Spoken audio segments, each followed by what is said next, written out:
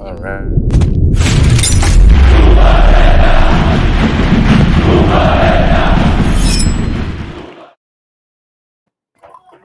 Hello and welcome back to another show of The Big Focus, our flagship show, of course. Right now, I've got three beautiful guests with me. So two in the blue corner. We've got one representing the red half of, let me see the badge, probably a United guy, I guess. I can't be wrong. But then again, let me just go through all the proper introduction right now. Let's start off with the first one on my right. We've got Waiter. Waiter, an Everton fan yourself. I, How yes, how have sir. you, how have Everton right now been preparing for this project restart right now, Waiter? Oh, okay. I think hopefully we'll come back more refreshed, lah. I think it has been a very inconsistent season for Everton. We have been good in some games, bad in some games, and we of course have a new manager in Mhm. Carlo Ancelotti. So I think hopefully this break will be good for them to work some details and on the training pitch, and hopefully they can come back fresh and ready to take on the big rival. Okay, the big rival, yes, and that big rival again will come into contention. You guys gotta hold on to your horses because that will be discussed. The Merseyside derby. I know many of you are actually waiting for it. That will be discussed last part of the show. All right. So if you guys are thinking about leaving, no, you're not, because the Merseyside derby will only be touched at the last part of it. This is going to be a 90-minute show. So waiter, you gotta again defend your blue half of Merseyside flag staunchly because like I mentioned before, you have the red half of Merseyside. Those sharks right now, they are circling around you. They have smelled blood. They want you. So you just gotta prepare yourself, right, for that. All right. So we got to the next one. Our Okay, next I'm used second to it. debutant. All right. We got to go to our next debutant. We got Yem. Yem, how are you doing? You good? I'm good. I'm doing good. All nice. The weather's good today. Mm-hmm. And how has again United's preparation be like towards the project Oh, restart? I think United's preparation is doing well, considering we Mhm. have Pogba's back, Rashford's back, and I think every United fan is hyped to see Pogba and Fernandes linked up for this game, especially with Pogba's former boss, Jose Mhm. Mourinho. I think that tonight might be a very interesting game because I Mhm. would love to see how Pogba and Fernandes play, considering that's what all United fans want, another midfielder to partner up with Pogba in the center of the park. Definitely. I'm Oh, definitely hyped. that's a good start, really. But right now, in terms of preparation alone for just Manchester United, you guys have been involved in any kind of friendly yet? I think the last game was against West Brom. Mm-hmm. They were played again. They had two Oh, teams. okay. So they had Team A and Team B. Team A, if I'm not wrong, they won 3-1. I might be wrong, but the other Mm-hmm. team lost 2-1. Okay. So, but of course, it's just a friendly to just get the fitness back up, just to get everyone prepared for the game against Tottenham. So I'm very excited for the preparation, which is All good. right. To me, Ole is doing well in the Mhm. preparation. Yeah, All right. Good stuff. definitely. Good stuff. Yeah. And we'll definitely hear more of you and United right after this. So we move on to another blue guy. Seems like a familiar face. It has been a long time since he last appeared. All right. He has the widest of green, and why not? Oh yes. The biggest news of the day again has been broken. So it's all over. Plus, it's plastered all over the social media. Timo Werner has finally announced his arrival at Stamford Bridge. Harric, right now, Mhm. talk to me. What's your feeling like looking at Timo Werner sending out a special dedicated message to all Chelsea fans out there? It's not just us smiling; it's him smiling also. He has said a message to us. The Chelsea fans, we are buzzing. We are buzzing. We're excited for him to come, but of course, we have to finish this season first, and then of course, we're excited for next season. And what we the preparation like for Chelsea going towards Oh, project restart? our preparation have been good. Won both our friendly, 1-0 against Reading, and then of course 7-1 against QPR. So it's all smiles at Chelsea training ground. Our injuries, there are no injuries. Our players who are injured are back. So we're a good start if we can win against Aston Villa this weekend. Okay, and again, your game against Aston Villa, again, something that we will discuss again in further details. And for those of you guys right now, I know we have a couple of people right now chiming in live. Thank you so much. And before you do anything further, please do hit the subscribe button. So right now you are definitely watching through our YouTube medium. So do hit the subscribe button. And also, if you have any questions for any of our guests, please hit it up through the comment section and we will pick this up randomly as usual. All right. So today's agenda, we will go through whatever remaining matches there is in, or rather the brand new game week. I think it's game 31 or 32. But before we do that, let's travel back to what happened yesterday or just a few hours before. Not that I want to. I'm absolutely dejected, but the show must go on. We should go through this. So we'll start off with the first match first. All right. A couple of controversies actually surrounded the game. So let me just show up the banner for itself. So Aston Villa and Sheffield United. I don't know if any one of you actually caught the game, but then again, we waited for 100 days for Premier League to be back, and it only took Premier League about 45 minutes before they actually screw it up in terms of refereeing decision. I don't know whether you actually caught the game between Aston Villa and Sheffield United. There was one particular incident whereby it was also the culmination of the VAR not performing up to task, and also the goal line technology. You can also couple with the fact that the linesman had an absolutely clear view, but nobody actually gave it a goal. What do you make of that? Does that announce the return of Premier League? Sorry, Vivek, can you hear us?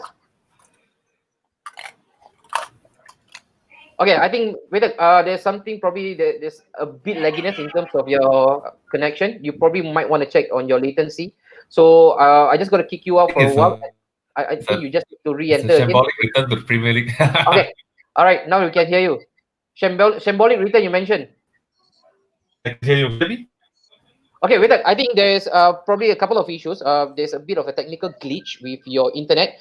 Don't mind. I just gonna remove you from the stream, and you just need to re-enter, right? With it, that usually does wonderful stuff to your internet connection right after that. All right. Yem, I don't know whether you actually caught the game or the whole saga that surrounded the issue of the goal line technology. I did not watch the game, but I did woke up checking Twitter. And I saw this the worst thing when I opened up. It was Hawkeye. So I thought Hawkeye was like, what's this? Is this? I thought it was like the Avengers character. But then as I read through it this morning, I realized and I saw the picture.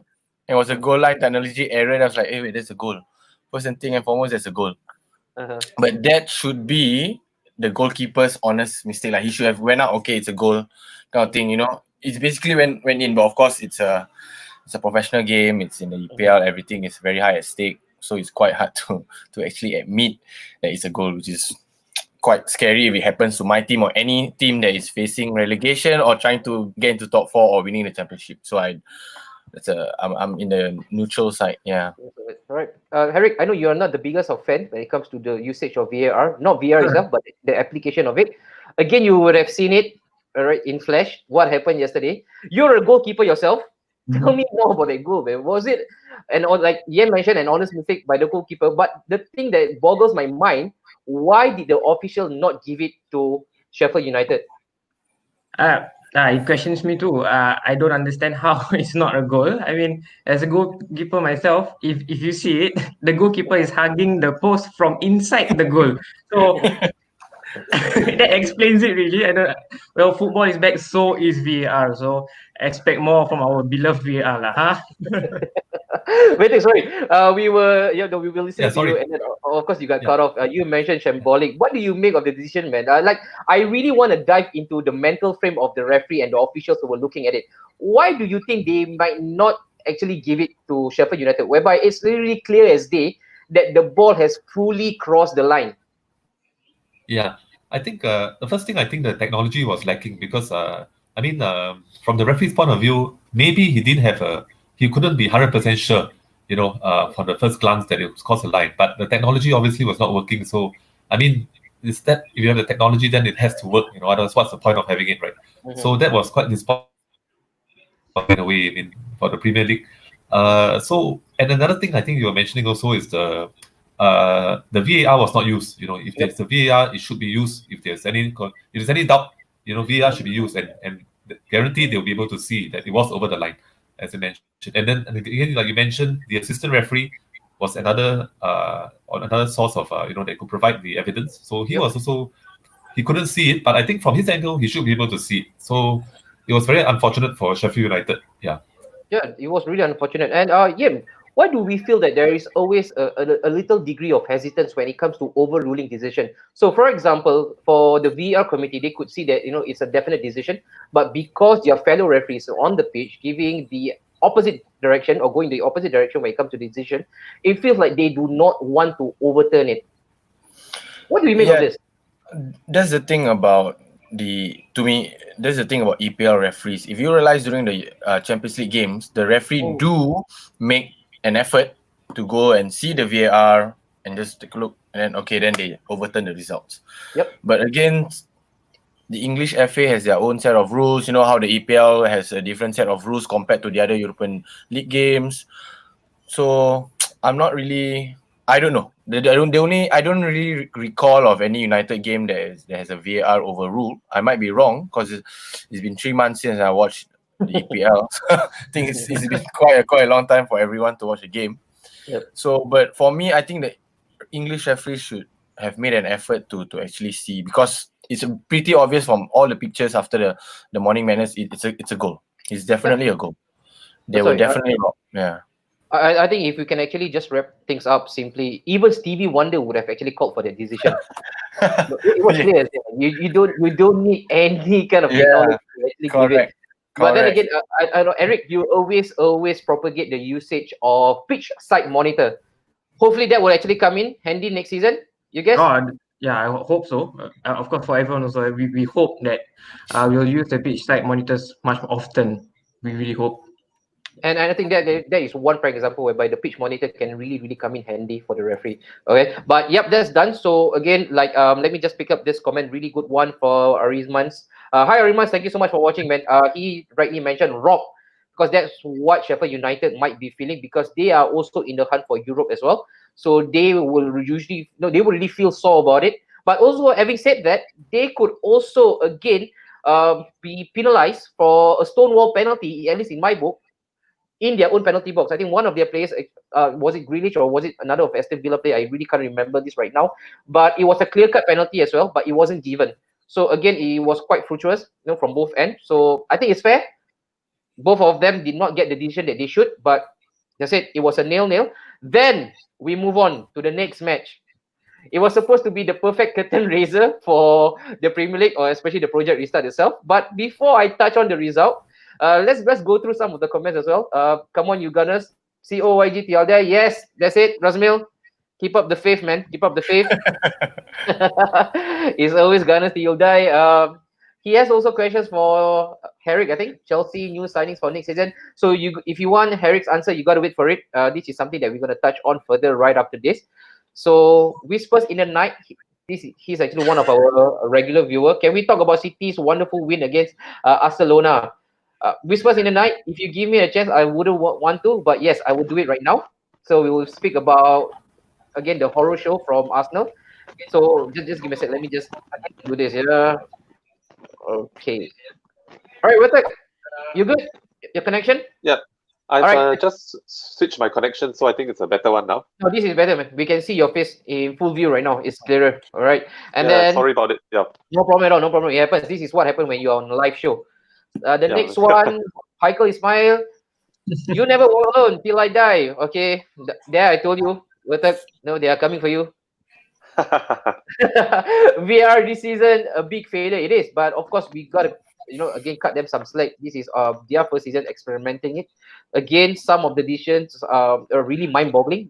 I cannot really comprehend why certain decisions has been made.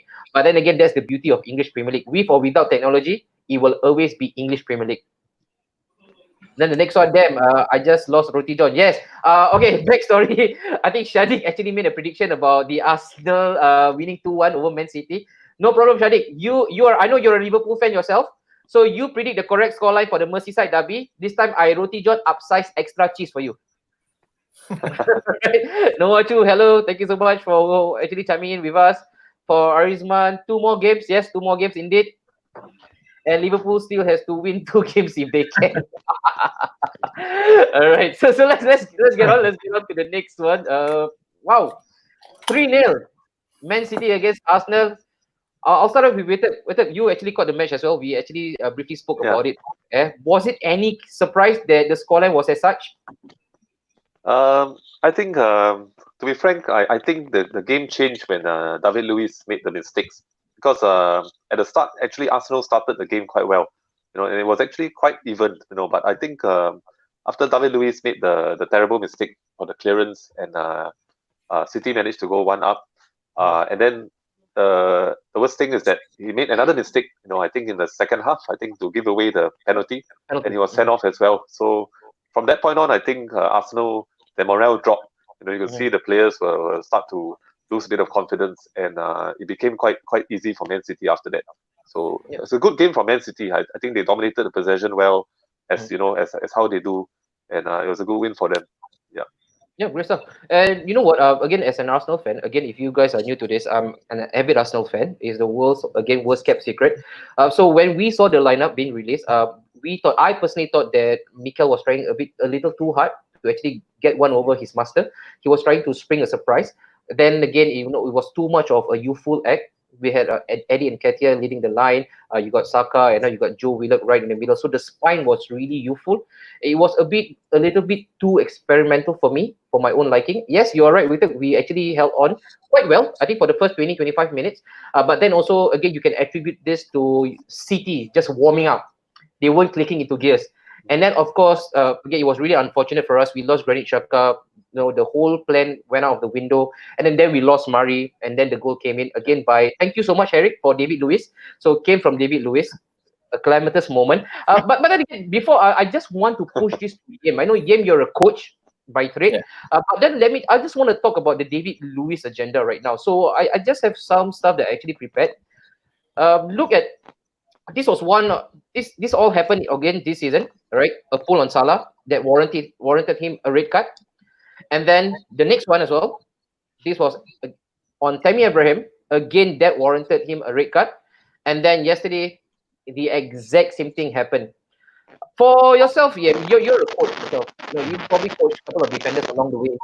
What is it about defenders and their mentality? It seems like for a player, really, highest of level when it comes to football. Again, you are talking about a first team selection for Brazil, won the Champions League, won the Premier League. What is it about him and just this really mischievous act? It seems that he cannot get out of it. What is it about this kind of player? Now, players like David Luiz, to me personally, it's a very he's not the type of player you will want in a team that is in a. I mean, his character is fun in the dressing room. I'm pretty sure he has a fun character in the room. But from a football point of view, as a coach, I'm just a coach for younger kids, so I'm not officially able to speak up for professional players. But to have that kind of player in the team, I wouldn't want him in the team, to be honest. But of course, the way there's time for tactical fouls. I mean, Pep Guardiola, we all know he doesn't admit it, but tactical foul is part of the game. But the moment I see him play for a team, the moment I realize he got sent off, what's new? What's new for David Luiz? What's new? There's nothing new. But again, that kind of defenders shouldn't be part of a team, especially when you're playing for a top 6 team. I wouldn't want to say top 4 now because my team right now is not a top 4 team. Mine is as well. Unfortunately. But David Luiz, he's I wouldn't say he's the same level as Sergio Ramos, but Sergio Ramos is a smart defender. Yeah, he's a definitely smart defender because he knows when to get a red card, considering he has a very big collection in his locker room for red cards. So he knows how to get a red card, when and where to get a red card. So that's the difference between him and David Luiz. For David Luiz, he's feel, let's do this. I'm just going to get a red card for the sake of it. So it's not nice when you have a fan and you see your player that has that kind of mentality. Great one, yeah, great one. Harric, I saw you smiling. I know that was again a signed seat delivered package from Chelsea, West London, all the way up north. But you've seen David Luiz again in full. You're a Chelsea fan yourself for the longest time. What is it about David Luiz, man? Talk to me. Because he has some wonderful moments with the Chelsea fans, but I'm very sure as well that one game's come to mind. I think it was against Burnley as well, whereby he saw that red case and he went totally berserk. What is it about David Luiz that there's something in his game that he cannot totally eradicate? I see him. I don't see him as a really good defender, but I see him as a team player. And that was how he was when he was at Chelsea. Yes, he did a few mistakes, but I don't know. It's after when he left Chelsea, and that's where you see these mistakes getting worse. And I totally agree with what Ham, is Sam your name? Yeah. I totally agree what Yam said about Luiz. I wouldn't want him to be in my team if I'm challenging a top team, because if you're gonna make mistakes like that, against a really top team, then you're just gonna suffer, and your team is going to suffer. So, yeah. But he's not in our team now, so yeah. Happy days for you. Happy days for you. But then again, that package is now with us. So he's a ticking time bomb. So right now the bomb squad needs to enter Emirates and defuse this bomb because he is blowing up every now and then. It does not spell good news for Arsenal. I just want you to take this on. I think Whispers in the Night mentioned about, can we talk about the penalty? And there are a couple of guys actually chiming in with the penalty issue as well. From Razmil as well. Soft penalty decision and hard red card. Was it a double whammy? Did the referee actually go or went a little too hard on David Luiz, you reckon? It was definitely a penalty because it was clear that he put, I think it was Riyad Mahrez down, and definitely a penalty. But I thought the red card was a little bit hard. I don't really think it was a red card offense. I was surprised that the referee, gave him the red card. I mean, because it was a foul, definitely, but because of cutting the red card, not really. Penalty, yes, but no, I don't think it was a red card. Okay, yeah, true. I thought it was a bit harsh as well. Maybe in the true spirit of the game, he might just give on the penalty, but then probably a yellow card would actually, again would suffice. But then again, sometimes referees they just want to make a statement. Sometimes they feel that the onus is with them. So I don't know. For me personally, again, I don't want to speak from a fan perspective, but I thought, again, it was a really soft pull. It wasn't that his shirt was actually ripping off, but then again, the referee called it as it is. We got to leave with the decision, and Arsenal also did not help in the cause. Although we helped really, really well, but then again, what we were missing, of course, it was that cutting edge. I think the last time when they were beaten convincingly, or rather comprehensively, by United had something about them going forward. But unfortunately, yesterday after they did not register any shots on target, and yes, again they played into City's hand. So nope, that's done. Let's not talk about Arsenal anymore because it's not doing my health any good. So Syed Faris mentioned that after 2014 World Cup, David Luiz went downhill. Yeah, I agree, man. With David Luiz's case, this guy, when it rains, is really pause for him. So you remember when he was with Brazil, I think 7-1 humiliation by Germany. He was at the heart of it. And when he was at PSG, remember Barcelona when they overturned the deficit, he was at the heart of it again. And I think the 6-0 defeat against Man City, and he was playing with Chelsea, Harric, remember? Yep. He was at the heart of defense. So it's always, again, it's really, really a moment to savor when you are with David Luiz. But enough of David Luiz. Right now, Faisal Jabbar has a question for Harric. Harric, maybe you want to take this on. Faisal actually mentioned it specifically. Harric, do you think Chelsea now has that advantage over other clubs, financially, especially when they were banned from spending for 2 seasons? Let's go, man. Yeah, I mean, this transfer ban, yes, it was negative when we were going through it, but now that we are clear of it, and yes, we were complaining the previous transfer window, we were not buying players, so like what is our board doing? But now the next transfer window is not even open, and we have signed 2 professional players, a beast of a player. So, like I said, all Chelsea fans are buzzing right now. It's I'm out of words really. With ZH and Werner for next season, I don't for other fans also. I don't think we can believe this, but it's become a reality, and we are starting to slowly believe it. And yep, I think we have an advantage. Yes, like I said, the transfer window is not open yet for other clubs, but we have already bought 2 fantastic players. So yeah. You're right. And again, looking at Chelsea's transfer window, I think we all can be totally envious about it. How we wish we Mhm. could actually again be so. They are really proactive. They are not waiting again at the peripheral. They all guns blazing for them. Timo Werner, would you actually have him over at Old Trafford? Timo Werner, to me, he's the same quality as Rashford because he plays on the wing, he can play striker. But to me, I would rather have Kante. I would have. If I was United's board, I would go all out for Kante. Definitely. Kante, Bruno, and Pogba. I mean, there's the best midfield you can ever ask for fans' point of view. But to me, Kante's purchase from Chelsea is definitely one of the best purchases, probably in the last 3-5 years. Definitely. He's course, one of the top players. Agree. And also, lest you forget, this is the same guy who every single competition that he enters into, he actually leaves with a trophy, with a winner's medal. He won the league title with Leicester, and then on to Chelsea, again another winner's medal, and then also with France at the World Cup. So again, if you talk about epitome of a champion, there you go, Kante. All right, so Yeah. let's keep the comments coming, guys. Really good. We are really enjoying this session right now. Keep the comments coming. It does not have to be about Timo Werner only. I know you are actually dominating right now the news, but hey, just keep it cool. Let's go more than Timo Werner's case. We've got one before we move to our new agenda. Faisal Jabbar, waited for you. Definitely, Everton's been in the shadows of the red neighbours. Do you see Don Carlo turning things around next season? Come on, Don't your part. tell.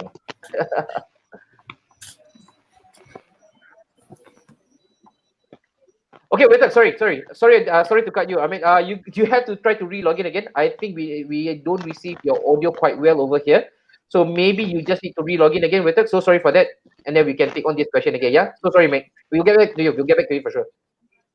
All right. Let's move on to the next one. Let's see if we have any more comments that is worth highlighting. It really hurts after hearing the news that Werner joined Chelsea. No prize for guessing again which camp this guy come from. Yeah.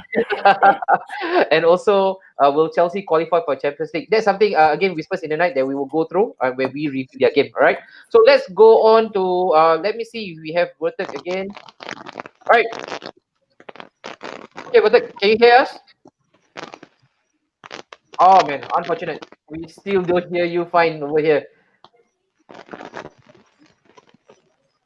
Nah, man. I think you got to try again. I think with the previous medium, was it your laptop that you were on?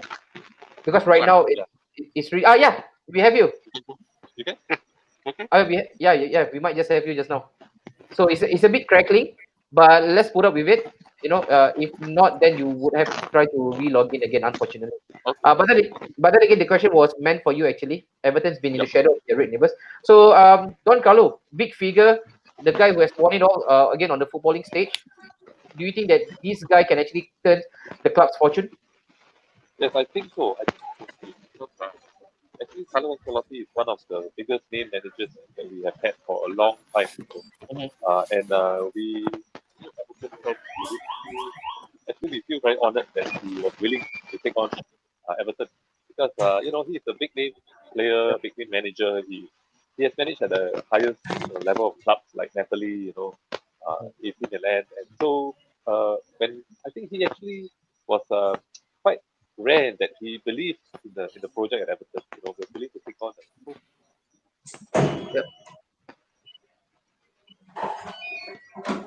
Again, wait. Sorry. I think we might just have again lost you again. Your connection. I just have to remove you one more time, and then you just need to re-log in again. All right. So sorry for that, man. So sorry for that. All right. Let's go on again. Harric, you okay, Harric? With you? If not, then we'll go on to our next agenda. Yep. Let's review the first match. All right. That is Norwich versus Southampton. Yep. Let's go with you. We'll go through a quick score prediction. Right, and that's Sure. about it because of course we want to hit the two of the biggest matches that we want to talk about. Of course, your team against Spurs and also the Merseyside derby. Norwich versus Southampton. Right now, again, this does not have a lot for Southampton. They have pretty much propelled themselves into safety right now. What a turnaround by Ralph Hasenhüttl, because if you remember, his head was again on the chopping board, especially after the massacre 9-0 defeat. Everybody was calling for his Leicester. head. Yeah, but the board actually get stuck with their gun, and yeah, look at what kind of turnaround he has actually produced. Where do you go with Norwich? This guy, I think Norwich they look damn set for the relegation. Do you Yeah. think any chance of a miracle? I do not think they have a miracle because now I think a total of 29, 28 games played. So they're basically in the last team in the EPL.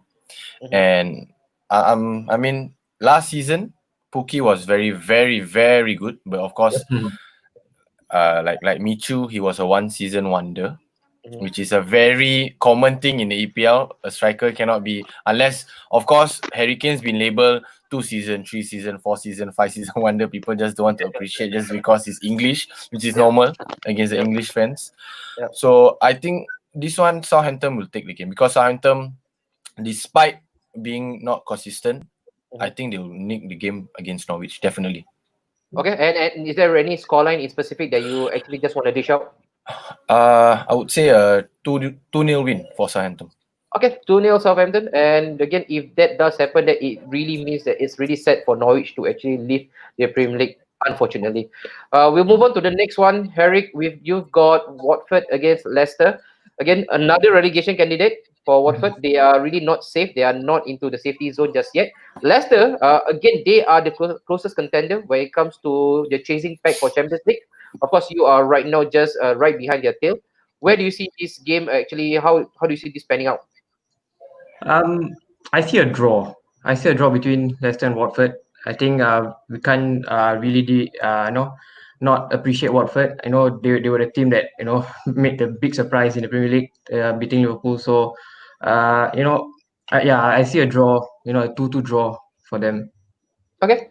And of course, 2-2 draw wouldn't do any of the sides any good. Yep. Of course, Watford, they need all 3 points to actually, again, propel themselves into the safety net. And same thing with Leicester right now because he has, again, become a game of really slim margin.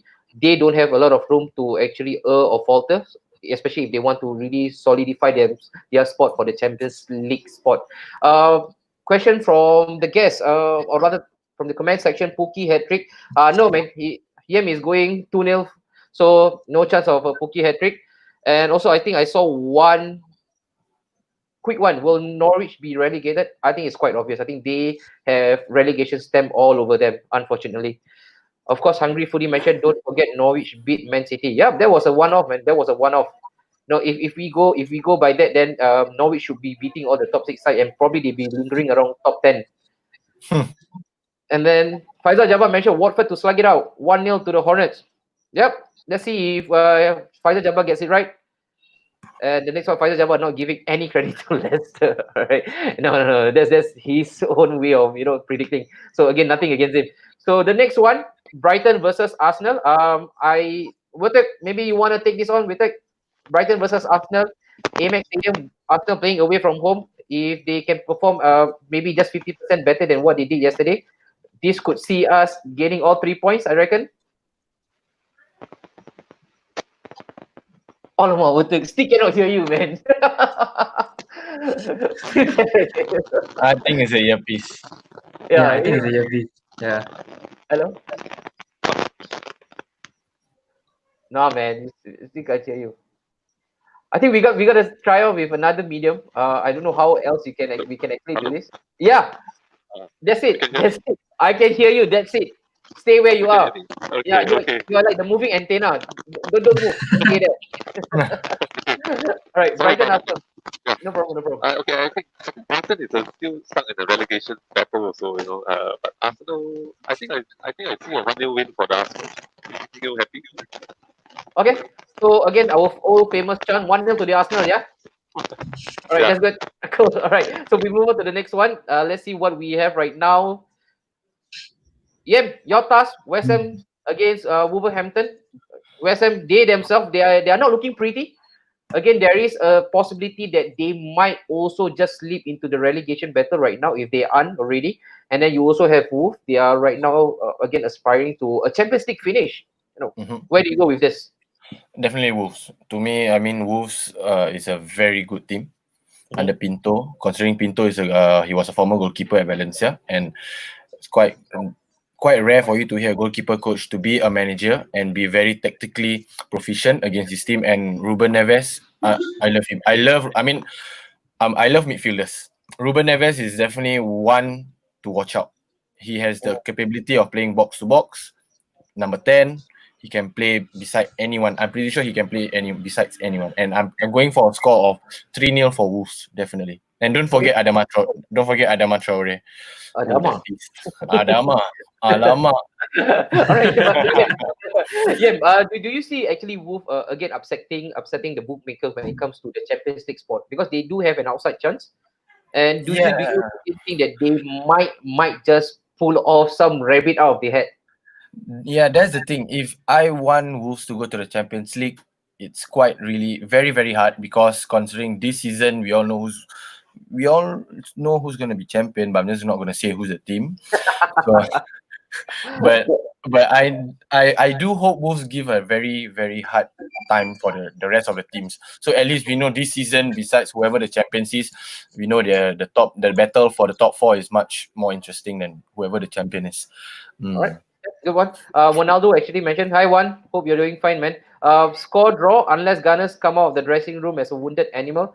Then Brighton would actually be in for a hiding. Now, I totally agree. But the thing with Arsenal, when they get wounded for a really long time. So I don't I don't know which animal we are referring to, but I hope it's not the seagull that he's referring to. All right. Let's go into the next one. Let's see what we have right now. Bournemouth and Crystal Palace. Harric, right now for Bournemouth, Crystal Palace. Again, this is a dead rubber tie. You got nothing to play for both ends right now. Mhm. This is probably a good fanfare. Where do you go with Bournemouth and Crystal Palace? I think I'll go with Bournemouth. I think a 1-0 win for Bournemouth. Yeah, I think both sides are head to head. So, but I'll give it to Bournemouth. I think Bournemouth will win this one. Okay. So Yep. you mentioned 1-0 for yourself, yeah? Yep. Okay, cool. Let's quickly move to the next one. We've got Newcastle United against Sheffield United. Who, again, unluckily they got robbed of 3 points. Waiter, if I hope we have you right now, all loud and clear. So they mentioned that Hello? there are a couple of fans out there actually waited to actually chime in with their thoughts. They say that maybe it's your suspect earpiece issue. So they really want you to stay in the stream because it's really a rarity that we have an Everton fan. So they mentioned that maybe it's your earpiece. Let's see if we can actually just hold on to you while we still have you. But if not, then maybe you got to find another alternative on how you can actually plug in your audio. But wait, again, with the agenda just now that I've just made mention of, Newcastle against Sheffield Yeah. United. I think Sheffield United. Sheffield United. I think they are still looking quite strong against Aston Villa. Their teamwork is still very strong. So I would say probably a 1-0 win for Sheffield United. Okay, and also the same question that I posted for Yem. Again, I want to post it over to you as well. Sheffield United, again, they also do have an outside chance when it comes to the Champions League spot. Do you see any kind of surprise that can actually, again, be sprung up from Sheffield? I think they're going to just fall short of the Champions League. I think maybe Europa League for them. Because I just think maybe Man United will, bring the Pogba back, Brentford back. I think they're going to be just able to get the Champions League again. So Okay. it's a very good season for Sheffield United, but maybe fourth place is a little bit too high for them. But you actually did mention Europa place for Sheffield. So Yeah, does that mean the Gunners missed out totally on Europe this season, Waiter? I think the Gunners are, I'm sad to say, I think the Gunners Okay, are going to. all right. Then there's really your earpiece issue right now. All right, okay. Let's move on to the next one. It seems like we've got a couple of comments coming in. Let's see if we can pick them out. Well, this season they ain't no fool. Okay, Henry, what's the latest on Newcastle takeover? I think if there are a couple of renditions when it comes to the story of Newcastle takeover. Of course, right now the most popular one, they mentioned that there is an interested party from America. They have actually put on 350 million on the table, but there is way lesser than what, of course, the Arabs can actually afford, from the Saudis. But I think what is actually hindering this whole takeover for the Saudis, again, for many political reasons. Of course, we also have to make mention of their affiliation to Bein Sport. Again, another broadcasting company that also have exclusive rights to Premier League. So people like Sky Sport, they are not happy about it. So they mentioned also there is a fit and proper test for Premier League ownership, something that apparently they have actually passed that, but it seems right now they are at a juncture whereby there are a couple of external influencers or organizations that does not want this takeover to happen. But at this current moment, if you ask any Newcastle fan, they are itching for the news to actually be announced. They want this to end. Of course, none of them would actually really want to see Mike Ashley again at the helm next season. And I really feel for them. One moment they were jumping about the possibility of having Mbappe in their famous black and white, and now all of a sudden they are waiting on the fans, looking and hoping that this takeover will finally happen. So fingers crossed for the Newcastle fans out there. Hopefully they can actually get this over the line. But if they don't, looks like Mike Ashley, man, will still be with you next season. You just can't get off. You just cannot get rid of that leech. All right. So the next one, Newcastle next to be remember. All right. Newcastle needs Santiago Nunes. Dude, one, you gotta stop it, man. Stop bringing out movies. This is not goal. So the next one that I want to touch on, Aston Villa versus Chelsea. Yeah, of course, by order it should be yours, but let's give it to Harric. Harric, Uh-huh. the correspondent for Chelsea. Aston Villa, Chelsea, your first match back, Harric, of course, after the project restart. Aston Villa, they did quite well. They did. I think they did quite all right in terms of just defending. But of course, Sheffield United, they don't offer enough going up front. In fact, they are one of the team that has scored the least amount of goals. But how do you fare your team coming up against Aston Villa? Of course, a win for us. I think, but I think Lampard is going to have a headache for the lineup because we won't have any injuries. Loftus-Cheek is back, So yeah, it's gonna be a headache for Lampard. But I see a win for us. It sets up nicely after our 4-0 win before the break. So yeah, we have to secure a win and secure the Champions League spot. And you also mentioned about Lampard having the selection headache. As a fan yourself, how would you start this game against Aston Villa? Because again, you got to be mindful. Many of the players right now, again on a regular basis, you will pick them off again by the drop of the hat. You will have their name in the first team order. But even if you see yesterday with Man City's match, Aguero didn't make the cut. Even for Arsenal, it was even worse. Pepe didn't come on. Even Lacazette didn't make the cut. Well, again, how would you set up Chelsea's team against Aston Villa? I think Lampard. Sorry? What would be your selection starting from the back four? I think Lampard will go strong in this one. I think he really wants to secure the win. So the same back four with Rudiger and Christensen at the back. Maybe he will tweak a bit Azpilicueta on the left instead of the right, and then put in Reece James into the right back spot. So a solid back four. I would still put Alonso in. He's still a good attacking player for us still, but I think if we want to have a solid back four, I think Azpilicueta and Reece James for the left back and right back position. In terms of midfield, I think that's where the biggest headache. Even me, I think I will also have a big headache, but we won't have Jorginho. He'll still be under suspension. So it's between, we have Gilmore, we have Loftus-Cheek, we have Kovacic, we have Kante, of course, now back. We are delighted to have him back. We had some worries that he won't continue to play throughout the season, but he's back in training and he's back playing also against a friendly. So hopefully we can have Kante. It's just between Loftus-Cheek, Kovacic, and Gilmore. I can't make a decision, but it could be either one of them. It could be either of the pair. Yeah. And so, then up front, do you think right now it's going to be Tammy Abraham as usual? Yeah, definitely Tammy. And then on your left, could it be Pulisic? Pulisic, yes, of course. Pulisic back from injury. Yep. Okay. And then, maybe if Willian gets a shot, but if he wants to go all out, then maybe Hudson-Odoi can have a shot. Okay, so that would be your preferred. All right, that's a very good one. We quickly move on to the next one. Man City versus Burnley. Wait, I'm going to give over to you for the Man City and Burnley, because right after this, we are going to touch on one of the big match, which is Tottenham versus United. I know Yem is actually rubbing his hands for this. So wait, for yourself, Man City versus Burnley. Again, this should be a walk in the park, huh? Definitely. I think Man City, definitely. I think we might be looking at I would even say maybe a 4-0 scoreline for Man City. 4-0. Wow, you're not holding back. 4-0. Not holding back. At home, they've got the momentum now. They're looking good. They're looking fresh. Yep. Perfect. And one thing that's also looking good, or at least it sounds good, is your earpiece. Your audio is crystal clear, man. Stay where you are. I just changed the earpiece. Good. The earpiece. All right, yeah. please. That's perfect. You got a really good DJ voice. So wait, for those many of them are worried. Some of them, they are just chiming in again with some suggestion. Please change your earpiece because they really want you here. So for you guys out there, don't worry. He has already changed his earpiece. You have all of Waiter all to yourself. All right. So on to Waiter right after this. Let's go to the next big match. Of course. Again, it needs no second introduction. You guys are playing Spurs. What an opener, man! And the last time you actually you guys did the double over them, I think that was about in season 10-11 or 11-12. That was the last time you actually did a double over Spurs. This time around, of course, you have Mourinho. He would have actually set his own personal agenda against you guys. Again, how as a United fan, how confident are you going into this match against Spurs? Considering we have to win to catch up with Chelsea, and I'm pretty confident, not because we have Bruno and Pogba together in the midfield, but because of the momentum we had before the break, before the pandemic started.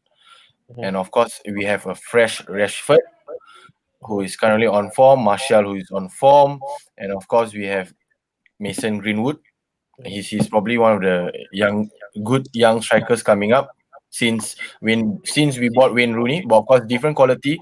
But I'm pretty confident that whenever he touches the ball, it's gonna be a goal. You can't give Greenwood too much space. He knows when. He's a natural striker, definitely. So I'm going for a 2-1 win for United against Tottenham. Okay, perfect. Yeah, let's go on the tactical. Let's go into a tactical discourse.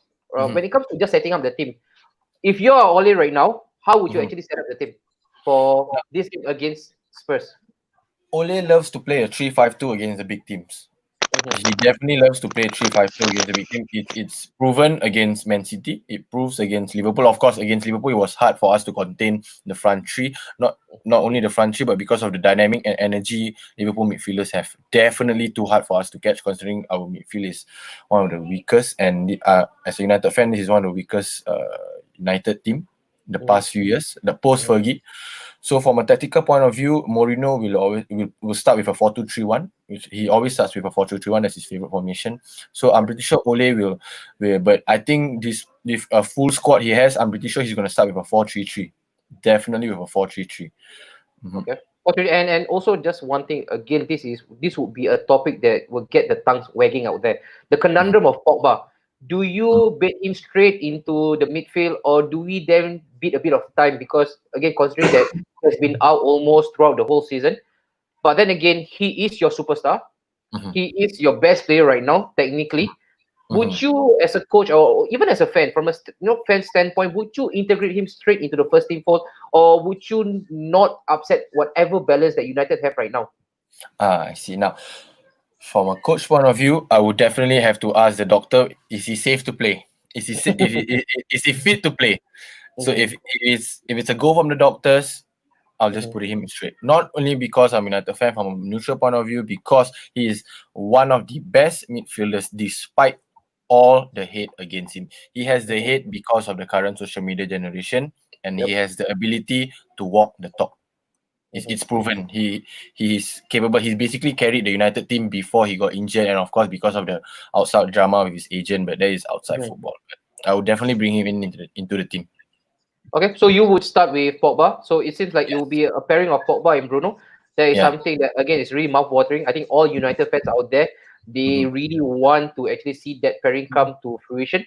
And then again for upfront, I guess. What about your right wing? Do you start with the likes of James, or is this a good time? Because I remember Delo. He was quite good when he actually came up against PSG. And you know for sure you are coming up against the likes of Son. Would you have probably Delo on the right to actually mitigate whatever threat that Son might bring onto the pitch? Now Son is a very good player. I love him. I really love how Son's work rate is in the pitch. He knows how he's very good. I just love him. But from a United point of view, I would stick with James because James has the energy to keep on running. Because I trust Wan-Bissaka. Wan-Bissaka is definitely one of the best 1v1 defenders in the world right now. Defending point of view, of course, in an attacking point of view, he doesn't offer much compared to Trent Alexander-Arnold. So on my right, I would definitely start with James, or of course, we can start with Greenwood if Ole decides to start from an attacking point of view. Okay. All right. So that and you also mentioned that's how you actually set up the team. I don't know, man. If we have any Spurs fans out there, I would really love to hear from you guys. Again, Yem actually chime in with his thought. It's going to be a 2-1, a slim margin. I remember some of the United fans. They are also beating their chest, and why not? You guys come back into this project restart on the back of a 5-0 victory. What a masterclass from Odion Ighalo. Would you start him yourself personally, Yem? Ighalo? Odion Ighalo, I love him because he has the capability, he has the experience of playing in the EPL. So he was a very top striker when he was playing for Watford. He has a good record. He hit double digits when he was playing for Watford, actually, for those 2 seasons. So I wouldn't start him first, not because he's technically not as good as Martial, but I would start Martial because it's going to be a very tactical game. Okay. It's not the same as against City where we had to hold back and hit them on the counter, but against Jose's team, we have to try to be more quick on the decision making and more on the penetrating passes as well. Right. Magnificent stuff there from Yem. Quickly, I want to move over to Harric. Harric, just staying on Tottenham and also United. You would recognize the manager on the Tottenham touchline really, really well. And you yourself personally, on your personal account, you guys have actually beaten them twice. From a neutral perspective, all right, this will be a perfect spectacle for all of us. But as a Chelsea fan, how do you view this match panning out to be, especially knowing that Mourinho usually comes up with the same old tactics, especially against his old nemesis or his old foes? For me, my point of view, I'm sure both teams, each set of fans want their clubs to win. But for me, I hope they draw. So Chelsea can stay out at the top four. But in terms of going who wins, I think for Spurs, I think they really needed this break. I think they can take this break as a positive.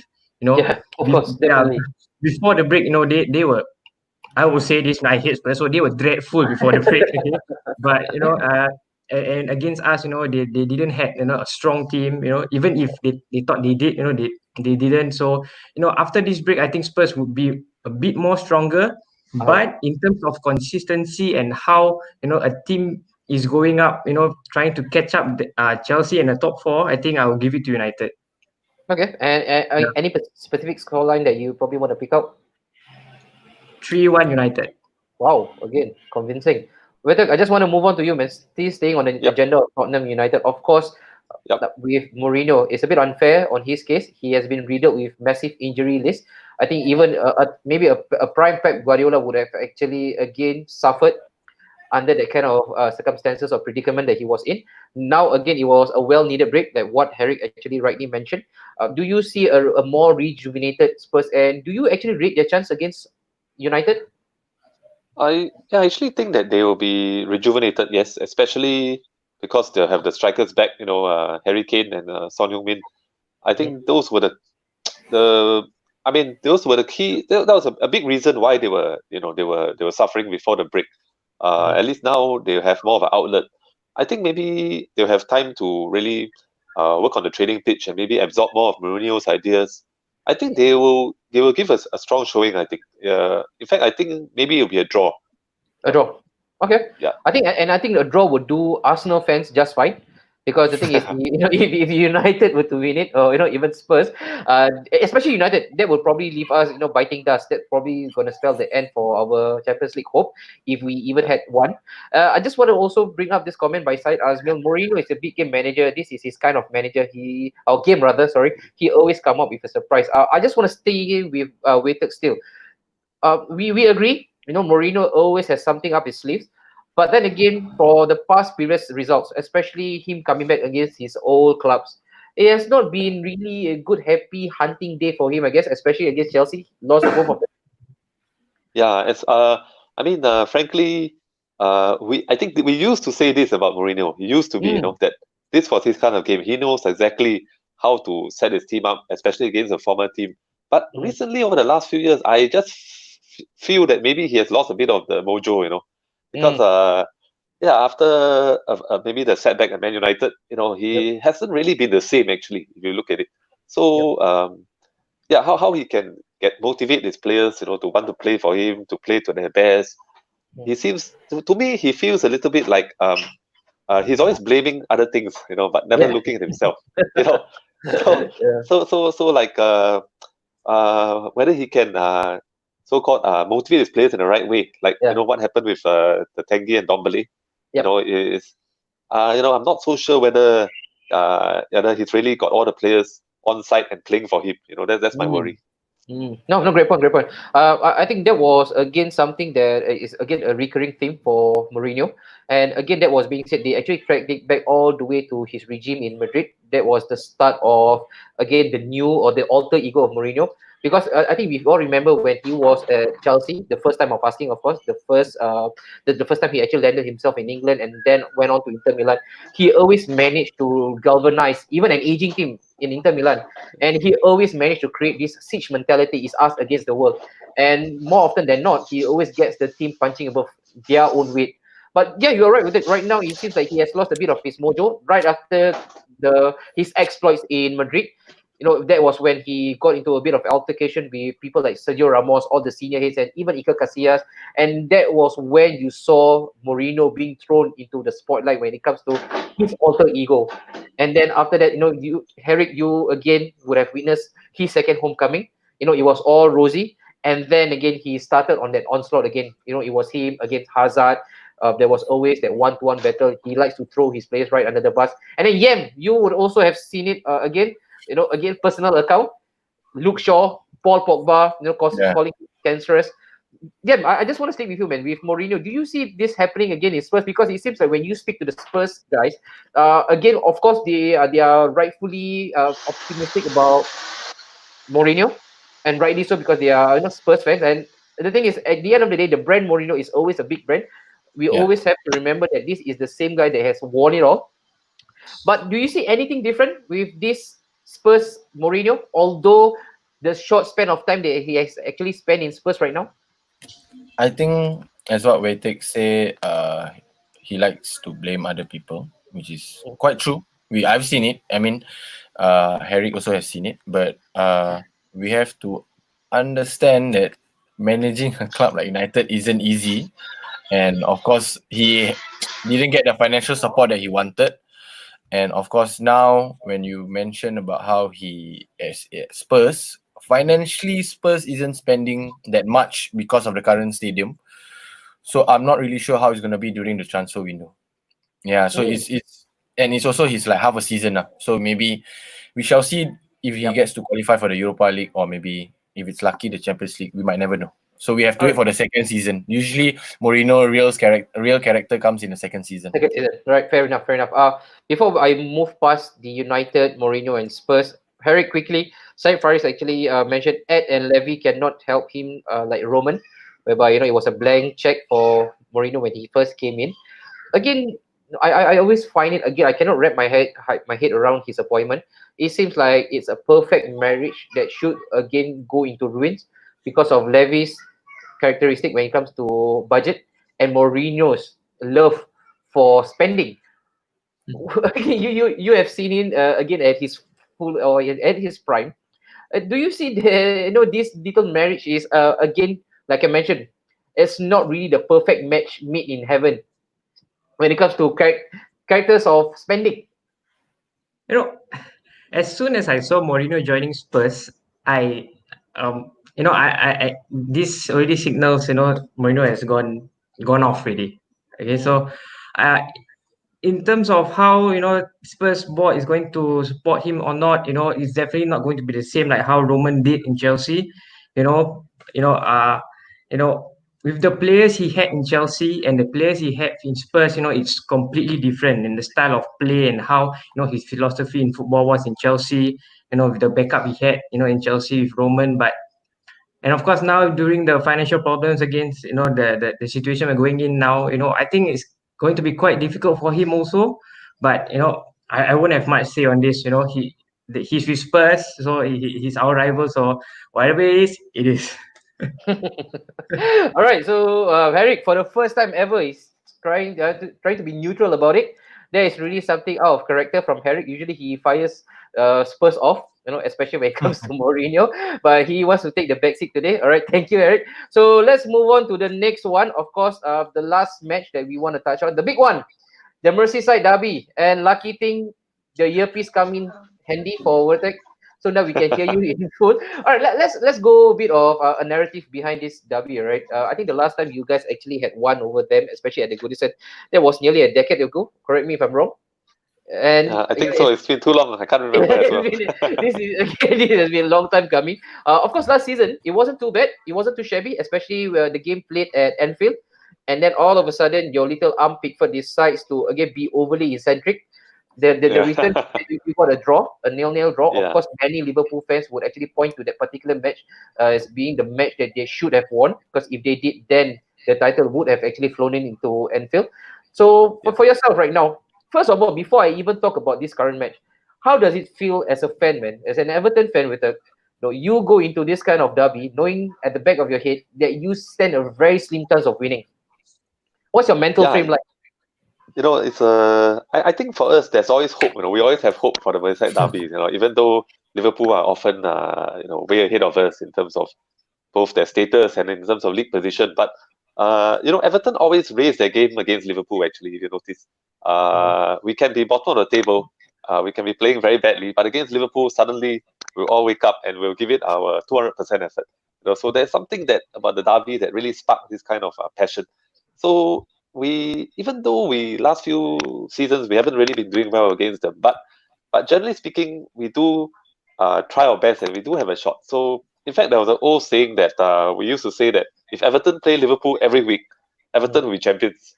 Because I mean, okay, it's a bit exaggerating, but the fact is that we do raise our game against our neighbours. But having said that, of course, to be frank, this season with the way Liverpool are going, if we get a draw, we'll be delighted.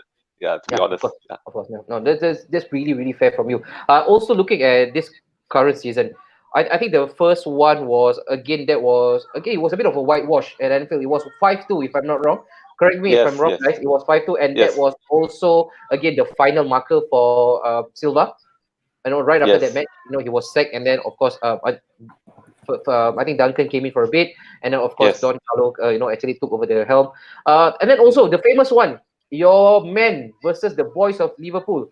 Talk to me, man. When you guys fielded a really strong team against them, and they fielded their B team, and they got a 1-0. How tough was it for you, Witek, to actually wake up from your bed the next morning? Oh, that was a big nightmare, man. That was bad. Yeah. No, I mean, to be honest, we were, when I saw the lineup, I was thinking, what is Liverpool doing, and what is Jurgen Klopp doing? This is an FA Cup match. He's putting in. It's basically not even the second team. Some of the players were the third team. So we actually, and we thought, the numbers on the back of the players' shirts were so high. It was almost like Toto numbers, 96 and all that. So we actually, when I saw the lineup, I thought maybe we have a chance, for once, somehow. But when we saw the game, it was like, we had some of the possession. We actually did create some chances, but we just couldn't finish them off. We didn't have the confidence. And when you see the Liverpool third team or second team playing so well, playing with so much confidence, and it's like they are like the first team. The way they're passing the ball, they have some big young talented stars, to be honest. And when they scored the goal, I think Curtis Jones was the one.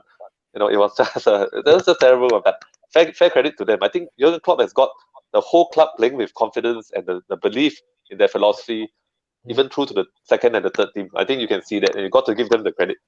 No, you're right. Again, like Syed Azmin also mentioned, fair point. All right, fair point to yourself. I think it resonates really strongly throughout the whole hierarchy of Liverpool. I think it's being keenly felt. Even the youth are playing. Again, you could see again the spirit of Jurgen Klopp. Like I mentioned, he's always chest pumping kind of manager, and it kind of resonates with all the players as well. The way they play, they are always really intense. Also, one thing that I really find interesting, a very good point. Liverpool always come in weak after a long break.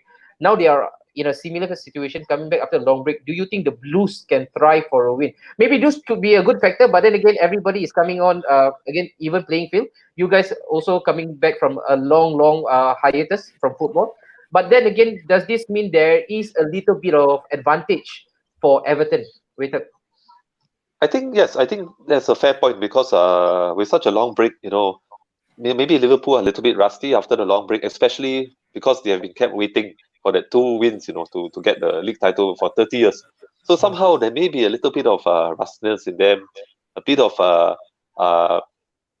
maybe that kind of hangover effect. Like we're waiting so long, and now they have to wait some more. So it could be that Everton will have a chance to maybe come back a bit refreshed and maybe upset the odds a bit. So it's a good point. Okay, all right. We are still on the Merseyside derby, but I'm just going to quickly move to Yem. Yem, right now, let's talk about your against sworn nemesis, Liverpool themselves. Again, the inevitable is about to happen.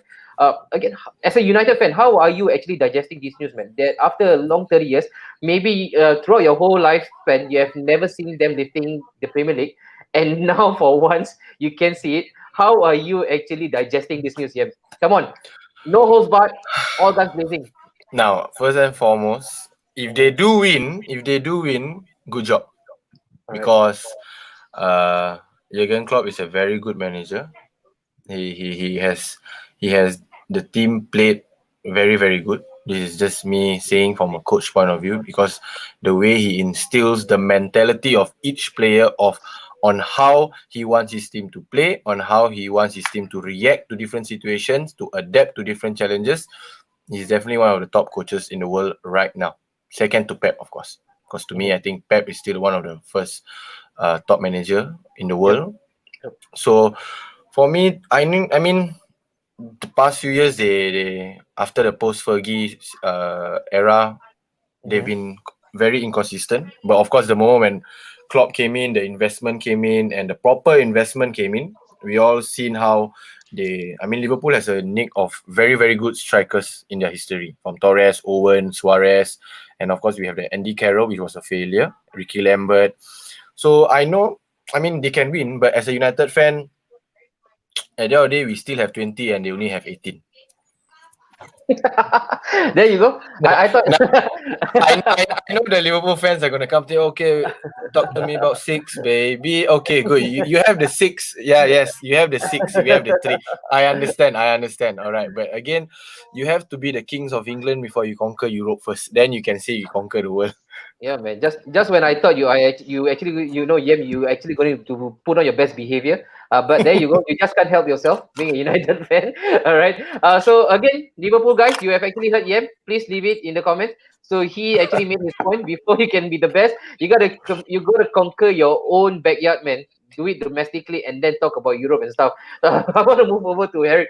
Harric, right now, again, this Merseyside derby has no whatsoever relevance to your team. But then again, it's always a beautiful match when they both pair up. Sometimes they produce one really, really top highlights. When you go back to the old archives, they have come up with. I think one of the best one recently was 3-3. Remember that? I think it was last minute by Dennis Sturridge. You get a couple of really high. Oh yes. Yeah. Yes. But for yourself, right, Harric, right now, this Merseyside derby, of course, we also have to factor in the long layoff. Both of them, they have again something to play for. Of course, for Everton, Europa spot might be viable. Might be. It's a big, it's a big hypothesis. But then again, for you yourself, looking at this match, Harric, come on, talk to me. You and your Liverpool love, something that has been really well documented. Or the lack of it. Well, for me, going into this match, I think it'll be a typical derby. I've always liked to watch, Liverpool against Everton because it's a typical derby. Both team wants to win it. But for my view, I always like to see it when it's played at Goodison Park. For some reason, I always like to see it played at Goodison Park because I think that's where, Everton will really go all out, like what Victor said. But in terms of who is going to be much more clinical, that's the main point. Who can make the ball cross the net, that's one point. And hopefully goal line technology won't affect that. But I think, like I said, it'll be a typical derby. Who wins it, wins it. Okay, but I hope Everton can do something lah. Right. Perfect. Right, Victor, you always mentioned about the crowd will be roaring behind the boys, especially Goodison will always be jumping, especially those big matches. I think Harric, you can also actually attest to that. Remember when they beat you guys again? That was, I think, Duncan's first match. Yeah, exactly. They beat you. Quite. It was quite a sound victory. But now the lack of it. How worried are you, Victor, as a fan, that you don't have this 12 men behind your back? Yeah, actually, quite worried. Actually, honestly, because like you mentioned, and also Harric mentioned, the fan support is a big part of the Merseyside derby, especially when you are playing at home. It's a big difference. So, happen now because of this situation, we're going to lose the home advantage, so to speak. And without that, I think Everton, they may actually struggle a bit against Liverpool. So that's my worry, lah. Yeah. All right, and let's talk again. I really like to get myself involved in some tactical discourse. How would you set up your team? Would you go a little bit more defensive, probably a back five, or would you go with even Carlo would usually go with a 4-3-3 nowadays? Would you go with a 4-3-3 setup, a conventional 4-3-3, or would you rather go for something that's unconventional, maybe a 5? I actually think that we tend to play better when we go with a 4-4-2, actually, to be honest, with Carlo. Because I think we probably need to have a more stable structure to deny Liverpool, especially in the midfield. So that's why I think maybe 4 in the midfield is better. And also, for us, Dominic Calvert-Lewin usually plays better with a partner up front. He needs a bit of because with a partner up front, not the defenders are not concentrated solely on him, so he tends to get a bit more freedom and he tends to find space more easily. So hopefully Richarlison can start up front with Calvert-Lewin. And I think one thing, the back four has to be careful not to play too high, because I think in the first game, like you mentioned, the 5-2 defeat, our defenders are playing a bit of a high line and they lack the pace to actually deal with Liverpool's front three, which is very fast, and they like to get behind the defense, through the, latching onto the through balls from midfield. So especially players like Michael Keane, not the fastest, so they've got to learn to play a little bit deeper and try to control the game better in the middle. Okay. Right, no, that's a really good point. You mentioned 4-4-2. That is something that even Don Carlo actually, he's really good with a 4-4-2. Remember, he actually made the diamond popular at AC Milan. Again, two trusted striker, but one striker in particular that really caught my attention, or rather catches my attention this season, Dominic Calvert-Lewin. How impressed have you been? He came from your system, and now Yes, he's actually making a name for himself. How impressive has Dominic been so far for this season with it? Yeah, very very impressed with him. I think what he needed was a little bit more time and more confidence, in himself, because we could see that he has the attributes, his physical attributes. He's fast. He's quite big as well. He can hold the ball up. His link up play is good. He can pass. He can link up play, and his finishing is good. In the air. So he has all the attributes. But the thing is that we needed to find a system that can also better suit him. That's why I think when we play with two up front, with another striker, then he's able to actually find more space and finish the chances. And I think when Carlo Ancelotti came in, he really have the belief in Calvert-Lewin, and I think that was the difference, because I think he told Calvert-Lewin, I believe in you. You are my number one striker. I'm going to play you every game.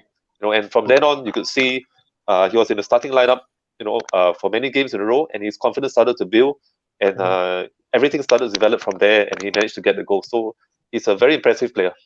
Okay, all right. I'll get over to you again. We took a lot of Everton, or rather Liverpool guys. I think there are some questions chiming in. But again, I just want to touch on more of Everton, because it's really a rarity to get an Everton fan on board. So but stay where you are. All right, I'll go on to Yem. Yem, I think somebody actually mentioned something. Yem, maybe that needs you to right now that needs a bit of address from you. With your 20, Liverpool are still the most decorated English club in the world. Best in England. Yeah, Yem lad. Fire shot at you, Yem. Do you want to vindicate yourself? Anything from the United camp? Yes, I mean Liverpool has been the decorated English Cup in the world, correct? Considering they won the Club World Championship and they won the European Super Cup after that winning the Champions League. But I mean, as I'm just gonna stick to what I said. If you can conquer Europe, there's no point you cannot conquer your own country, your own backyard, right? I mean, it's good that you won Europe. I mean, Real Madrid won it 3 times, but they still cannot win in La Liga. So that's a different kind of thing. Considering Barcelona has been winning three in a row for the past 3 seasons. So it's the same thing. If you can win 10 Champions League, but you still stuck on 18, 19. Sorry, 19. I mean, it's quite even. if you can win 10 Champions League, but you're still stuck in 19, I'm fine with that. I'm fine with that. All right, I just want to read this out quickly. Joel mentioned winning 1 after 30 years is a huge achievement. I don't know whether there's some sarcasm, that kind of connotation from Joel. No doubt, consistency of winning the league be the one to watch in the coming seasons, after which you may have bragging rights all around, bro. Yeah, you're right. You're right. I think you are the only team right now, United, again, to have actually executed, I think, 3 peats, right? Twice. Yeah. The only thing, and it's really hard. It's really hard for anybody to emulate this. We thought that Pep could probably run away with it, but of course, it's good that we have somebody who's there, right in Pep's face. If not, again, it will be completely monopolized by Pep, which isn't great for our league, so to speak. That I think again, all credits to Jurgen Klopp and his team. Something that I don't usually give him credit for as well as an Arsenal fan, but credit where it's due. Watch how this Everton team plays the small triangles. Yeah, I think that's something that you guys might be again used to, especially next season. Next is Said Azmi, only Liverpool, United, Chelsea are the English club that have done well in Europe in the past decades or so. All right. totally disregarding the host, who is an Arsenal fan. Thank you, Said Azmo. Man City is the most consistent team throughout in England. All right. Wow. Suddenly we've got blue scam right here. It's Timo time. Timo Werner. Jago Kampung versus Jago Dia. Yeah, they call it the backyard hero versus the world conqueror. It's Timo time again. All right, Harric, for yourself right now, let's think about a bit of Chelsea right now. Just slightly deviate. Chelsea and Timo Werner. You got Ziyech as well. Who's next, Eric? Right now, it seems like you guys are on a world domination tour as well. You are back to the old Chelsea, I guess. Hopefully, yeah, hopefully. Just by these two signings, we are buzzing. I don't know, but the first things first. I think for all of us Chelsea fans, the person that we have to thank is Marina Granovskaya. That woman is the best. She's the best. After Michael Emmanuel left, I think the business that Chelsea has been doing, is superb by her. So that all hail Marina Granovskaya for all this business. Yeah. We have Ziyech already, we have Werner already. Who knows who will come next? Kai Havertz, Chilwell, my goodness. Going to change the whole 11 player, whole 11 first team. I don't know, but yeah, it's a good business by us. And where do you stand? I think you guys have been doing really, really well when it comes to incoming transfers. Of course, there are a couple of deadwood that you guys need to clear. Yes, I think correct. the more pressing ones are the likes of Pedro and also Willian. I think Pedro is a bit out of touch right now. Probably you guys have actually come to terms when it comes to that Pedro. But what about Williams? I know for sure some of the Chelsea fans, they still want Williams to continue with Chelsea. But where do you stand personally, Harric, when it comes to Willian? Personally, for me, I don't like this situation where a player's future is going to surround the club's uh steps in going forward. I don't like like because of one player, where he's going, it's going to disrupt the whole team. Personally for me, I don't like that. If he wants to go, he should go. And we were talking about Pedro. Even Pedro himself says that he's going to terminate his contract already. He's going to go to Roma. That if it's true, it's true. Then we thank Pedro for his service. But I'm just a bit afraid for Willian. Some Chelsea fans still want him to stay. Yes, maybe a side of me still wants him to stay. He has been a great servant for us. But we are getting these additions. These big additions to our club. I think this is what we want for the past few years. We were not having a transfer ban, but now, this revamp in our club, it's changing us to a young squad, ready to challenge for titles. So if we want to challenge, we must, throw away this kind of situations like Willian is going through right now. If he has to go, he goes. And lastly, before I move past the Chelsea train or the Chelsea stop, can Werner be your king drop version 2.0? Too early to say that. Drogba will always be Drogba. There will be no next Drogba. No. Drogba will always be King Drogba. Maybe Werner can be the prince lah, but but Drogba will be Drogba. Yeah, I agree. Again, players like Drogba, they hardly come by. Generational talent, we call them. All right, the next one. Let's move back to all due respect to Everton, but with 2 games on hand to win the league, I highly doubt that Liverpool is going to restart on the low. Good luck, Everton. Right now, you guys really need a prayer right now, because if you guys don't really turn up, or if you guys just turn up 50% of what you have, you might run into again a cricket scoreline. But let's stick with your midfield. I'm really intrigued when it comes to your midfield. You guys lost one of your key players, which is of course Ghana, Idrissa Gueye, to PSG. Yeah. First of all, talk to me, man. Like, how shocking was it when it comes to his departure? Was it something that was anticipated, or did it actually come out of the blue? Well, I think we were all quite disappointed that he left, actually, because he was the main reason why Everton were doing well. He's the key defensive midfielder, and a very good one at that. So I think he was doing so well that other clubs start to circle around him, especially PSG. And you can see even now he's basically in the starting lineup at PSG. He's doing well there as well. So it is disappointing to lose him, but we also, for his sake, we also wish him well, because he has done well and probably deserves to move to a higher level club in that sense. But we haven't really replaced him in the sense, because Morgan Schneiderlin is He's a defensive midfielder, but he hasn't been doing very well at Everton, and he's about to Mhm. leave also. Mhm. And Jean-Philippe Gabamin is a new player, but he has been injured for almost the whole season, and he just got injured again. So, it's a little bit tough in the midfield area. Yeah, I think that's where you guys are. I think you guys are really light, and especially after last. I think the last horrific injury that was being again that was suffered by Gomez. You Yeah. guys really look paper thin right in the middle. Of course, you lost the key stalwart in the middle, which was it was Idrissa Gana Gueye. But Yeah. right now, is there one particular target you personally, as a fan, as an Everton fan, you think that Everton should actually break the bank and just move heavens and for that one particular player in the middle of the park? Is there one that you really like personally?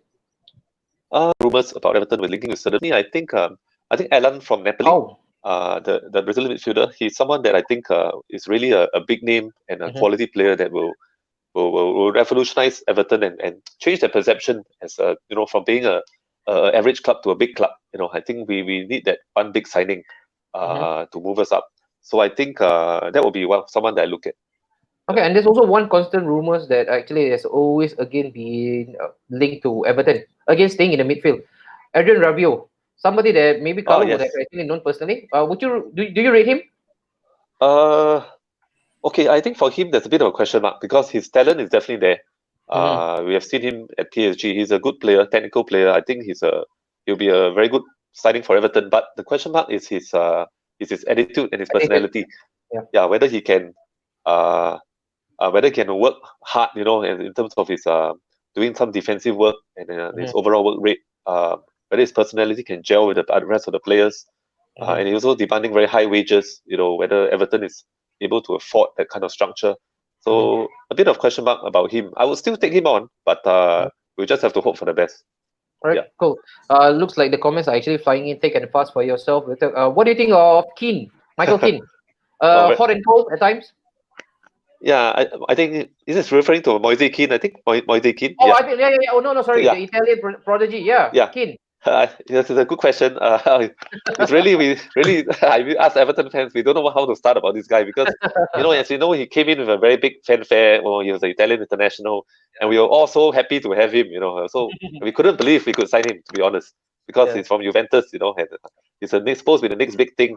But if you see the way he play, the thing is that he hasn't settled in at Everton. That's you can say that he hasn't found his groove because um every time now when he gets the ball, he's always in a rush, to do something with it. He's trying too hard. And his first touch, so when he gets the ball up front, his first touch is lacking. He's not able to really gel with the rest of the players, get the passing game going, he's so I think that it's a confidence issue for him. I think we still need to probably work on his game in the English league, how he can react a bit faster, make decisions faster. And then hopefully Carlo Ancelotti can slowly develop the best in him. I will still keep faith in him. I saw the comment, the next Balotelli. Hopefully the good side of it, not the And also, debatable side. and He's got before the we move hairstyle. on to Yeah. they have some uncanny resemblance, especially the hairstyle. But then again, with it right now, maybe Carlo can actually convince his boss to sign Koulibaly, somebody that he would have actually known from his tenure with Napoli. Do you Yeah. see that? Wow, that will be an enormous move, blockbuster That almost. would be a great move for Everton. In fact, he's a very good point because I think Carlo worked with him at Napoli. So if he can use his influence as a big name manager to bring players like Koulibaly, it'll be fantastic. Because I think Everton central defense is I won't say it's a weak area, but it's an area that it can be improved. They've got Yerry Mina, Michael Keane, Mason Holgate. They're all good players.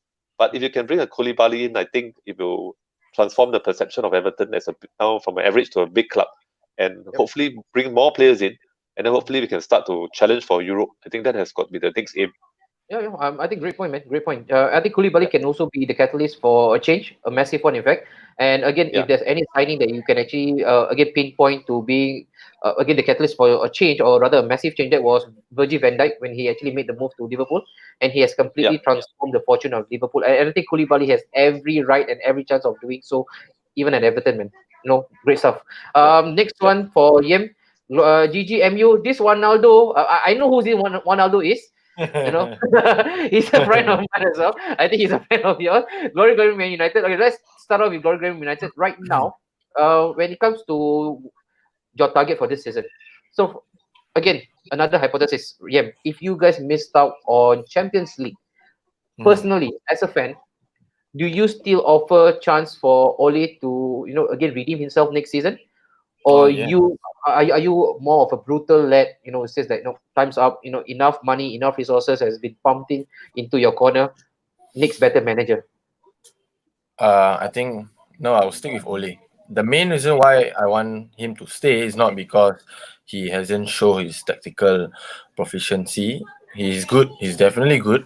But just maybe because of his bad times during at Cardiff where he got the team relegated and all. But again, this is Man United we are talking about.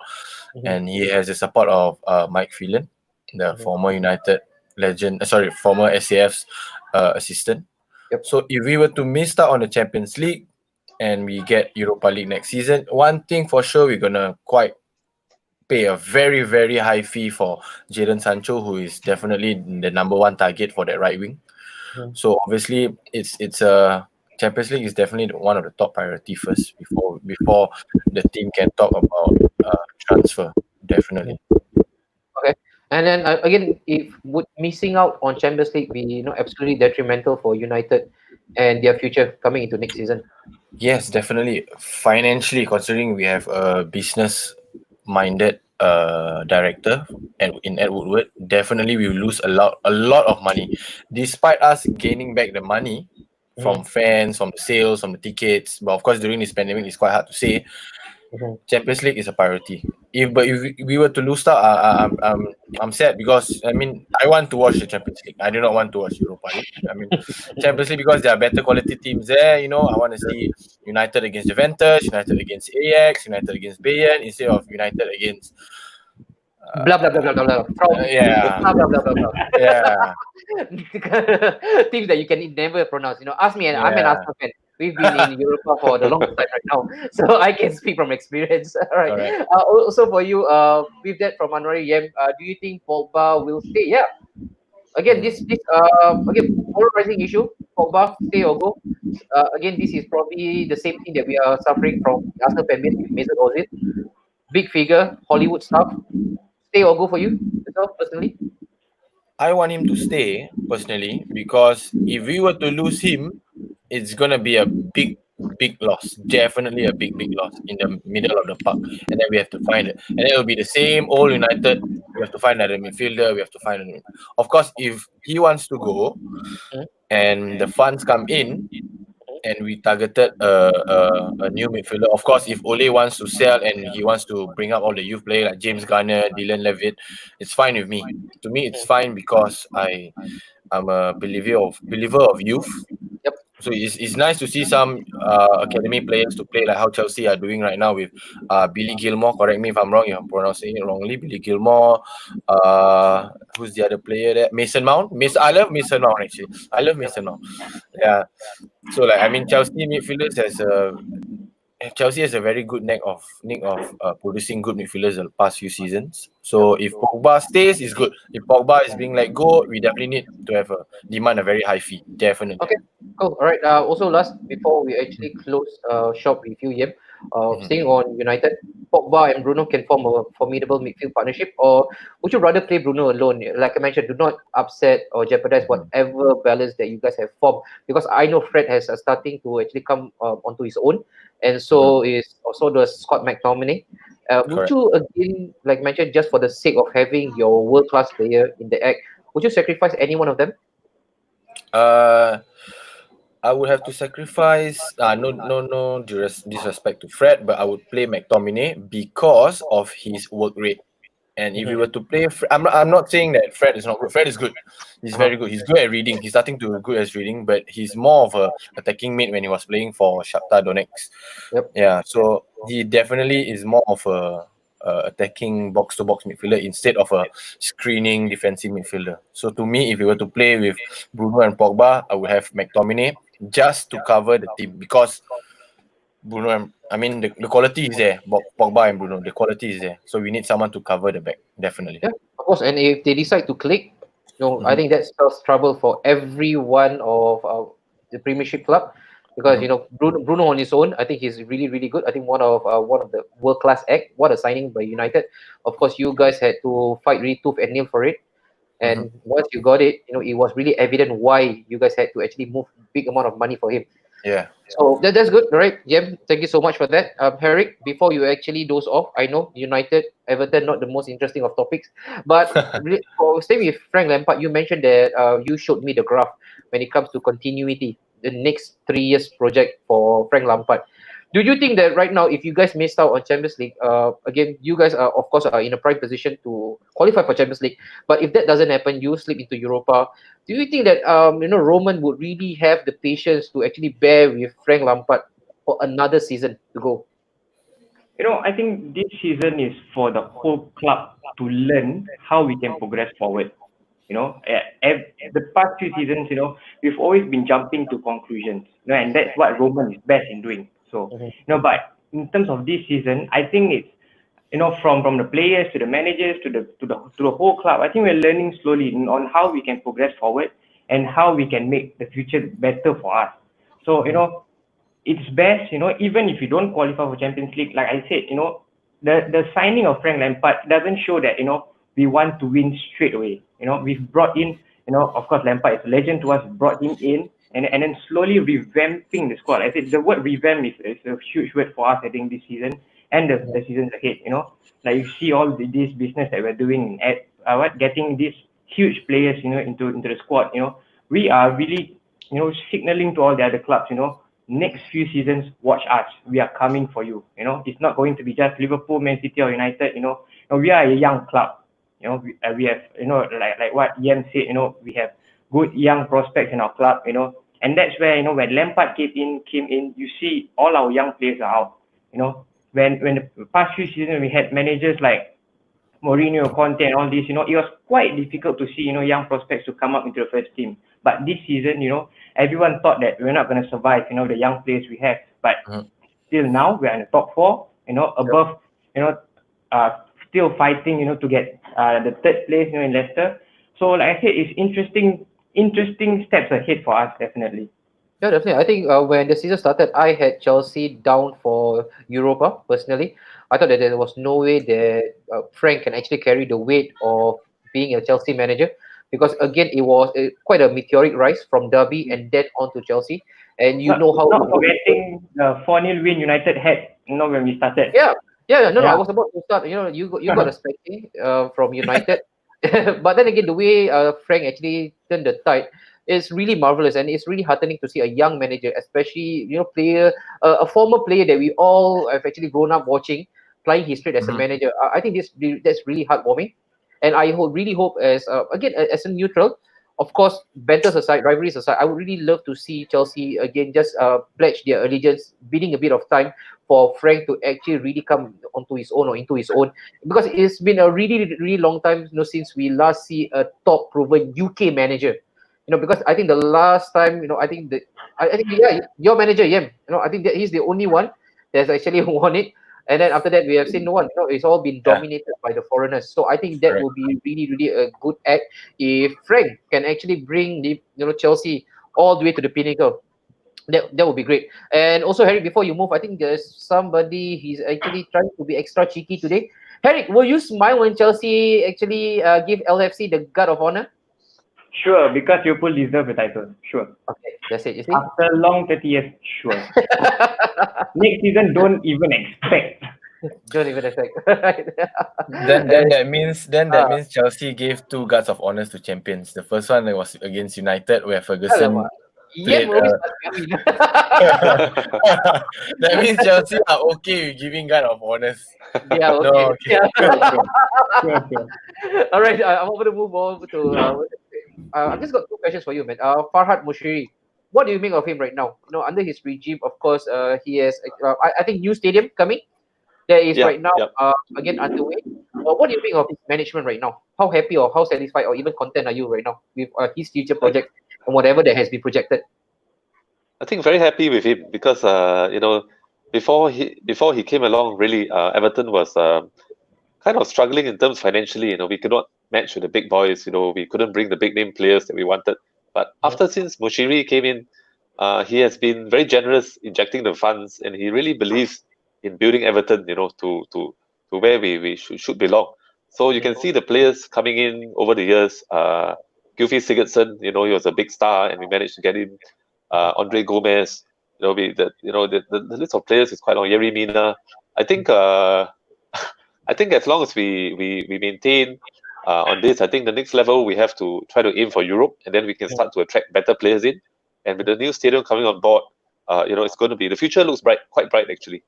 Okay. And where do you realistically again rate Everton's chance for this season? Whatever that's remaining, the remainder of the season, where do you expect them to actually finish? I think that with Ancelotti on board, we have more or less got used to the way he wants to play. I think we'll get a bit better as we go along. We'll get more consistent. So I would say we can finish probably around maybe 8th place. Okay, 8th position. 8th place in league. Yeah. That's really objective enough. And also right now, for those out there, all right. Again, if there are Everton fans, I really don't think there is. But then again, many of them actually texted me personally. They want to know your story, man. You and how you actually fell in love with Everton, and think that will be the perfect closure for today. Let's go, man. This is the time for you to romanticize about your club and your love. Okay, actually, it all started in 1986. I'm showing my age now. And, at the time when the English league just came on, very big, big news in Singapore. Wow, at the time when you turn on the TV, chances are you will see either Everton or Liverpool on the screen, because those two were the big teams at the time. Together with Man United and Spurs and Arsenal. But always it was Everton and Liverpool challenging, for not only the league but even the FA Cups, the League Cups. And so from there, I saw the way they play. I think it was maybe the blue color. It just looks nice on the field. The way the philosophy of playing, very passing oriented, very teamwork oriented. I like the players. So naturally, I just fell in love with them, And also, Graham Sharp was my favorite player. Again, showing my age, he's retired long ago. But so it's been fun supporting them through ups and downs. They've been nearly relegated. But I think I mentioned to Anwari earlier, it's like once Everton has touched you, nothing will be the same. So you will stay with them all the way through. Great story, man. And also one thing you mentioned the word touch. One thing for sure, if David Luiz decides to touch you as well, that means it's a red card for him. There's a red card for him. And to close on that note, I just want to bring out one really interesting comment. Let me see if I can actually purge that out. Lee Alexander mentioned that Frank Lampard definitely deserves time. He single-handedly destroyed Arsenal by selling Luis to us. Yep, that's one. And also there's another one by him. There's also another one from him. Let me see if I can get it. This will be the perfect end note for today. To celebrate the commencement of Phase 2, English Premiership club Arsenal FC is offering a promotion. Experienced Brazilian international defender David Luiz going for free. Any takers? Anyone? United, Chelsea, Everton? Maybe Everton would need David Luiz. He can ping a good 40-yard ball up front.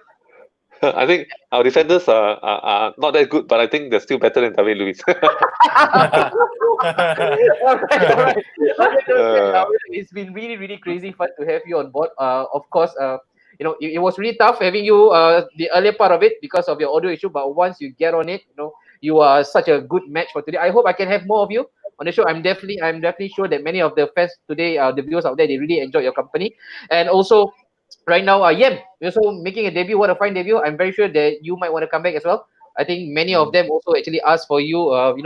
Personally, some of my friends. We share some mutual friends as well. It's great to have you as well. Thank you so much for coming up, Harric. Thank you so much for again just chiming up. I know it's been really busy and hard to actually get you with school and stuff. But then again, also I just want to wish a really big thank you for those of you who have actually just stick through this whole 1 hour, 1 hour 40 minutes right now. We will have the next big focus next week. We don't know yet. We know what kind of who the guys might be. But then again, for sure, we will have tons of matches coming up this week. We hope for the best for all of our respective clubs. But on that note, this is me, Anwari. We'll take from Everton, Chelsea, Harric, and also Yem from Manchester United signing out. Enjoy your weekend, man. Have a good football weekend. Take care. We'll speak soon. Bye-bye. All right.